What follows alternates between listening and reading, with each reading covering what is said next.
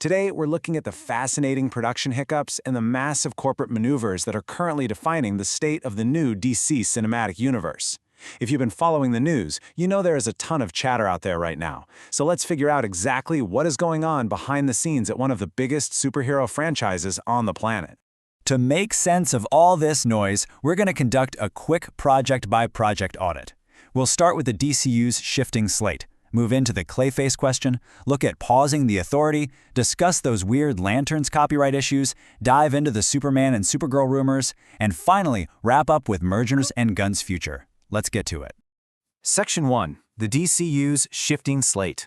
There's a crazy contrast between that super confident January 2023 announcement and where we actually are today.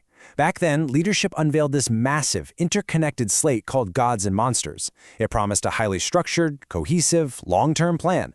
But looking at the reality nearly 3 years later, well, timelines are shifting, projects are paused, and frankly, the future slate feels a whole lot more uncertain than that initial presentation suggested. The ambition was literally sky high, but actually executing it, that's proving to be a highly complex puzzle. Moving on to Section 2, the Clayface question. This right here perfectly illustrates the core debate happening in superhero media right now. On one hand, you have the main cinematic universe, often dubbed the Gunverse, which is supposed to be entirely built on interconnected storytelling and a cohesive long-term narrative. But on the other hand, there's Clayface. It's being developed as an R-rated, horror-leaning standalone prequel. And get this, it features a completely finished script that wasn't written to connect with the larger universe at all. So you gotta ask, how does a totally standalone project fit into a newly unified universe? Is it just a leftover script being repurposed because the studio desperately needs finished movies in theaters? Now let's talk numbers. A realistic worldwide box office for an R-rated standalone Clayface sits around $350 million. But if it truly hits the right chord with audiences, $500 million would make it a runaway hit. And here is the fascinating twist. If a standalone project with a smaller budget vastly outperforms the main interconnected franchise films, it could ironically cause a massive headache for the entire unified universe strategy. It might just expose the fact that standalone, creator-driven films are actually what audiences prefer. All right, Section 3, pausing the authority. If you're not familiar, the Authority, originally created by Warren Ellis, is a morally great team of anti-heroes. They absolutely do not play by traditional superhero rules.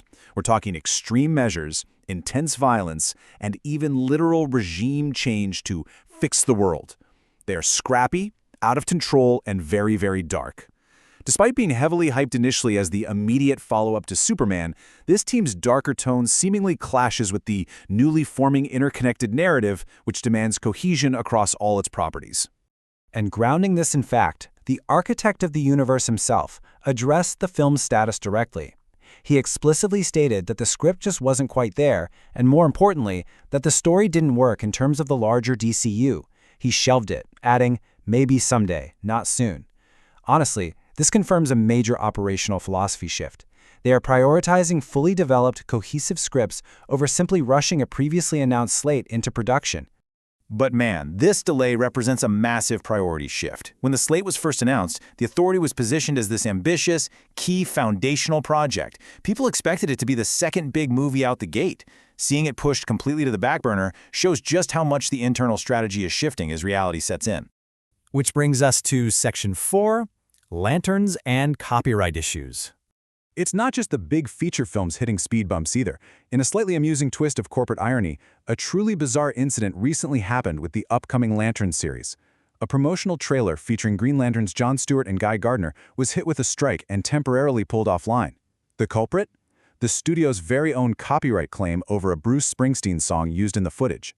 It's a tiny detail for sure, but it brilliantly highlights the kind of frustrating, unforced errors that happen behind the scenes in these massive corporate structures.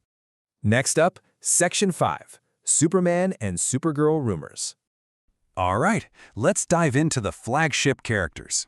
Behind the scenes, there's a whole checklist of crises happening right now. Word is the production crew for the upcoming Superman film is getting super frustrated by delays, mostly because studio leadership is bogged down trying to fix the Supergirl movie. Apparently, early test screenings for Supergirl did not go well. In a panic, leadership stepped in to re-edit the film entirely, but that new cut didn't test well either. Now they're desperately searching through 70s and 80s music tracks to insert into the film to somehow salvage its tone. It really paints a picture of an overextended leadership team frantically trying to put out fires. Adding to the intrigue is this heavily circulated budget figure for Supergirl, $100 million. But here's the catch. This is likely an intentional, strategic lowball. By officially claiming the budget is only $100 million, the studio can easily frame the movie as a massive financial success when it hits theaters, completely regardless of its actual quality. If it makes just a bit over that number, boom, the prepared narrative can instantly declare it profitable, quietly ignoring the massive additional costs of global marketing. And finally, Section 6, Mergers and Gunn's Future. Because, creative decisions don't happen in a vacuum. Looming over all of this is an impending corporate merger involving Paramount and Warner Bros. Discovery, which is expected to be led by Skydance Media CEO David Ellison. History tells us that with new leadership comes a massive shift in creative direction. Seriously, no matter what the current plan is, a new corporate regime could instantly alter the entire trajectory of the studio with the stroke of a pen. And that leaves us with one incredibly provocative thought to chew on. With all these production struggles, shifting slates, and hundreds of millions of dollars on the table, what actually happens when the new bosses arrive? Will the current architect of the new DCU even survive the transition to fully realize the cinematic vision? Or will the slate be wiped completely clean once again? It's a high-stakes game of corporate chess right now, and the whole world is watching to see what moves are made next. Thank you so much for joining me for this explainer, and I highly encourage you to keep your eyes on the business pages because this story is far, far from over.